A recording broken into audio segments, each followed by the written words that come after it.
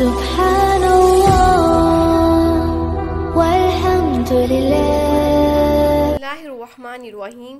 شروع اللہ کے نام سے جو بڑا ہی مہربان اور نہایت رحم فرمانے والا ہے۔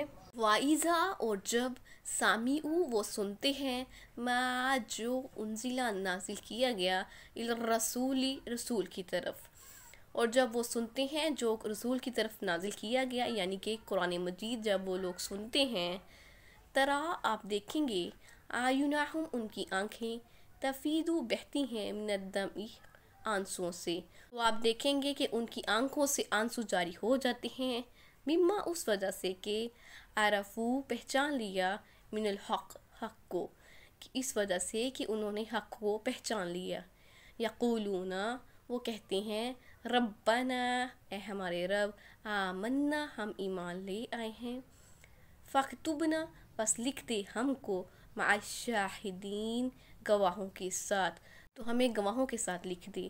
تو جب وہ سنتے ہیں جو رسول کی طرف نازل کیا گیا، تو جب وہ قرآن مجید سنتے ہیں تو آپ دیکھیں گے کہ ان کی آنکھوں سے آنسو جاری ہو جاتے ہیں، اس وجہ سے کہ انہوں نے حق پہچان لیا۔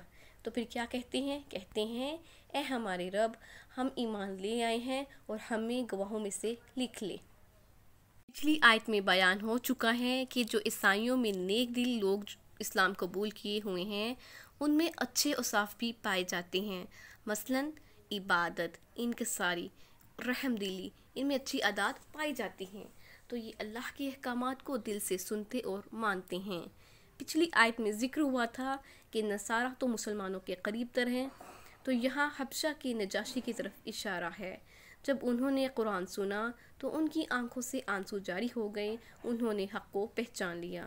تو ہجرت حبشہ 2 مرتبہ ہوئی تھی، دوسری جب ہجرت ہوئی تو کفار قریش نے مسلمانوں کا پیچھا کیا اور اپنے 2 آدمیوں کو حبشہ بھیجا، تو یہ دونوں اس وقت مشرک تھے، یعنی کہ ان کے جو سفیر تھے اس وقت مشرک تھے۔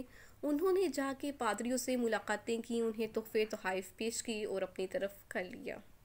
اس کے بعد نجاشی کے پاس آئے، تحائف پیش کیے اور اپنے آنے کا مقصد بیان کیا۔ بادشاہ سلامت آپ کے ملک میں ہمارے کچھ نوجوان بھاگ کر آئے ہیں، انہوں نے اپنا دین چھوڑ کر نیا دین ایجاد کر لیا ہے اور ہمیں آپ کی طرف ان کے قبیلے کے لوگوں اور رشتہ داروں نے بھیجا ہے، اور آپ انہیں واپس بھیج دے، اور ان کی اس بات کی تائید وہاں بیٹھے پادریوں نے بھی کی۔ تو نجاشی نے مسلمانوں کو بلایا اور وضاحت مانگی، تو مسلمانوں کی طرف حضرت جعفر بن ابی طالب نے کہا بادشاہ، ہم جاہلیت والی قوم تھے، مردار کھاتے تھے، بت پرستی کرتے تھے، قرابت داروں سے تعلق توڑتے تھے، ہمارا طاقتور کمزور کو کھا رہا تھا، ہم اسی حالت میں تھے کہ اللہ نے ہمیں رسول بھیجا، ہم اس کی پاکدانی اور ایمانداری کو جانتے ہیں، اس نے ہمیں اللہ کی طرف بلایا کہ اسی کو ایک مانو، اور جن پتھروں اور بتوں کو ہمارے باپ دادا مانتے تھے انہیں چھوڑ دیں۔ تو اس نے ہمیں رشتہ داروں سے تعلق قائم رکھنے، حق بات کرنے، پڑوسیوں سے اچھا سلوک کرنے، حرام کرنے قرض ہر بری عادت سے منع کیا۔ حضرت جعفر نے اسلام کے بہت سے حقائق پیش کیے، مزید کہا اس سے ہماری قوم بگڑ گئی، تو جب انہوں نے ہمارا جینا مشکل کر دیا تو ہم آپ کی پناہ میں آ گئی۔ تو اس کے بعد نجاشی نے حضرت جعفر سے قرآن مجید پڑھنے کی فرمائش کی، انہوں نے سورۃ مریم کی چند آیات کی تلاوت کی، نجاشی سن کر رونے لگا، یہاں تک کہ اس کی جو داڑھی تھی وہ بھیگ گئی۔ نجاشی نے کہا یہ کلام اور جو کلام حضرت عیسیٰ لے کر آئے تھے وہ تو ایک ہی جیسا ہے۔ اس نے پھر اپنے قریشی نمائندوں کو کہا میں انہیں تمہارے حوالے نہیں کروں گا، اور کہنے لگا اے ہمارے رب، ہم ایمان لے آئے، اور جنہوں نے حق کی گواہی دی ہمیں بھی انہی کے ساتھ لکھ لے۔ وما لنا اور کیا ہے ہمارے لیے، لا نؤمن کہ ہم ایمان نہ لے آئیں، باللہ اللہ پر، تو ہم کیوں اللہ پر ایمان نہیں لے کر آئیں گے، وما جاءنا اور آیا ہے ہمارے پاس من الحق کی حق، اور ہمارے پاس حق آیا ہے، نطمع اور ہم امید کرتے ہیں، ان یدخلنا یہ کہ ہم داخل ہو جائیں گے، ربنا اے ہمارے رب، مع القوم الصالحین نیکوکاروں کی قوم کے ساتھ۔ تو نجاشی مزید کہنے لگا کہ اے ہمارے رب، ہم کیوں اللہ پر ایمان نہیں لے کر آئیں گے، اور جو حق ہمارے پاس آیا ہے اس کو کیوں نہیں مانیں گے، اور ہم امید کرتے ہیں کہ ہم کس کے ساتھ داخل ہوں گے جنت میں؟ نیک لوگوں کے ساتھ جنت میں داخل ہوں گے۔ انسان قیامت کے دن انہی کے ساتھ اٹھایا جائے گا جس سے وہ محبت کرتا ہو۔ تو یہ لوگ اپنے رب سے دعا کرنے لگی ہمیں نیک لوگوں کے ساتھ اٹھانا، اور ساتھ ہی اللہ سے اپنی امید ظاہر کی کہ ہمیں امید ہے کہ ہمارا رب ہمیں صالحین کے ساتھ ہی داخل کرے گا۔ فَأَثَابَهُمُ اللَّهُ، پس بدلہ دیا ان کو اللہ نے، بما بوجہ اس کے، قالو جو انہوں نے کہا۔ تو انہوں نے اللہ تعالیٰ سے اپنی امید کا اظہار کیا کہ ہمیں نیک لوگوں کے ساتھ داخل کرے گا اللہ تعالیٰ، اور یقین کے ساتھ اللہ تعالیٰ سے یہ دعا مانگی تھی اور اپنے ایمان کا اظہار کیا تھا، تو اللہ تعالیٰ نے ان کو کیا کیا؟ جنات، جنت دی، تجری چلتی ہے، من تحتها الانہار، نیچے اس کے نہریں، خالدین ہمیشہ رہیں گے، فیہا اس میں۔ تو اللہ تعالیٰ نے ان کے اس قول کے بدلے ان کو جنت دی جس کے نیچے نہریں بہتی ہیں، وہ اس میں ہمیشہ رہیں گے۔ وذالک، اور یہ جزاء المحسنین، بدلہ ہے احسان کرنے والوں کا۔ نجاشی نے مسلمانوں کو ڈائریکٹ ان کے سامنے پیش نہیں کیا تھا، نہ ان کے ساتھ بھیجا، بلکہ ان سے وضاحت مانگی اور مسلمانوں کی باتوں کو اچھے سے سمجھا اور سنا۔ تو اس نے مسلمانوں پر احسان کیا، تو جس کا بدلہ اس کے لیے کیا ہو گیا؟ اس کے لیے جنت ہے جس کے نیچے نہریں بہتی ہیں اور اس میں ہمیشہ رہیں گی۔ تو اللہ تعالیٰ نے کہا فَأَثَابَهُمُ اللَّهُ، پس یہ بدلہ ہے اس کا جو انہوں نے کہا۔ تو یہ ضروری نہیں کہ ہر انسان کو اس کے عمل کا بدلہ دیا جائے گا۔ ہر انسان کو اس کے اچھے اور برے عمل کے ساتھ ساتھ ہر اچھی اور بری بات کے کہنے کا بھی بدلہ دیا جائے گا۔ والذین، اور جن لوگوں نے کفروا، کفر کیا، وکذبوا، اور جھٹلایا، بآیاتنا، ہماری نشانیوں کو، اولئک، یہی لوگ ہیں، اصحاب الجحیم، رہنے والے جہنم کی۔ تو اللہ تعالیٰ فرماتے ہیں جن لوگوں نے کفر کیا اور ہماری آیات کو جھٹلایا، یہی لوگ جہنم میں رہنے والے ہیں۔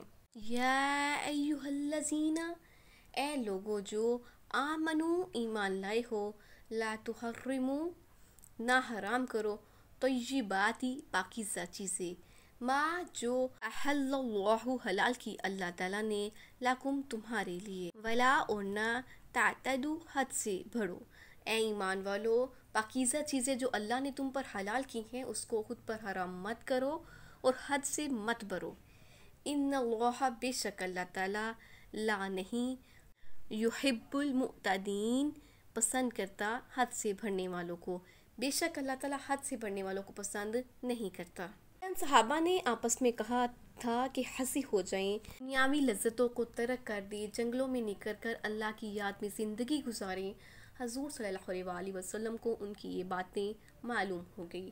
آپ صلی اللہ علیہ وآلہ وسلم نے انہیں بلایا اور پوچھا تو انہوں نے اقرار کیا۔ اس پر آپ صلی اللہ علیہ وآلہ وسلم نے فرمایا، تم نے نہیں دیکھا میں نفلی روزے بھی رکھتا ہوں اور نہیں بھی رکھتا، رات کو نفلی نماز بھی پڑھتا ہوں اور سوتا بھی ہوں، میں نے نکاح بھی کر رکھے ہیں، تو سنو جو میرے طریقے پر ہو وہ تو میرا ہے، تو جو میری سنتوں کو نہ لے تو وہ میرا نہیں۔ تو صحیح میں ہے کہ لوگوں نے امہات المؤمنین رضی اللہ تعالیٰ عنہ سے حضور صلی اللہ علیہ وآلہ وسلم کے اعمال کی نسبت سوال کیا۔ بعض نے کہا ہم گوشت نہیں کھائیں گے، بعض نے کہا ہم نکاح نہیں کریں گے، بعض نے کہا ہم بستر پر سوئیں گے ہی نہیں۔ تو جب یہ واقعہ حضور صلی اللہ علیہ وآلہ وسلم کو معلوم ہوا تو آپ صلی اللہ علیہ وآلہ وسلم نے فرمایا ان لوگوں کو کیا ہو گیا ہے؟ ترمذی میں ہے کہ ایک شخص نے حضور صلی اللہ علیہ وآلہ وسلم کی خدمت میں حاضر ہو کر یہ کہا کہ یہ گوشت جو ہے کھانے سے میری قوت باہ بڑھ جاتی ہے، اس لیے میں نے اپنے اوپر گوشت کو حرام کر لیا ہے۔ اس پر یہ آیت اتری، لیکن حضور صلی اللہ علیہ وآلہ وسلم نے اس کو کفارہ دینے کا حکم نہیں دیا تھا۔ عورتوں کے علاوہ کھانے پینے کی چیزوں کو اپنے اوپر حرام کریں تو وہ حرام نہیں ہو جاتی اور اس کا کفارہ بھی نہیں دینا ہوتا، جیسا کہ رسول پاک صلی اللہ علیہ وآلہ وسلم نے اس شخص کو جس نے گوشت خود پر حرام کیا تھا اس کا کفارہ دینے کا نہیں کہا تھا۔ حلال چیزیں کھاؤ پیو لیکن حد سے نہ بڑھو، یعنی حلال کردہ چیزوں کو خود پر حرام کرنا بھی حد سے بڑھنا ہوتا ہے اور حد سے بڑھنے والوں کو اللہ تعالیٰ پسند نہیں کرتا۔ وَكُلُوا، اور کھاؤ، مما، اس میں سے جو رزقکم اللہ، رزق دیا تم کو اللہ تعالیٰ نے حلالن حلال، طیباً پاکیزہ، واتقوا اللہ اور ڈرو اللہ تعالیٰ سے، الذی وہ ذات انتم بہ مؤمنون جس پر تم ایمان لاتے ہو، اور اللہ ہی سے ڈرو جس پر تم ایمان لاتے ہو۔ اللہ تعالیٰ مسلمانوں کو حلال چیزیں کھانے کی فریڈم دیتے ہیں کہ کھاؤ پیو، جو کچھ حلال ہے پاکیزہ ہے اس کو کھاؤ، اللہ ہی سے ڈرو جس پر تم ایمان لاتے ہو۔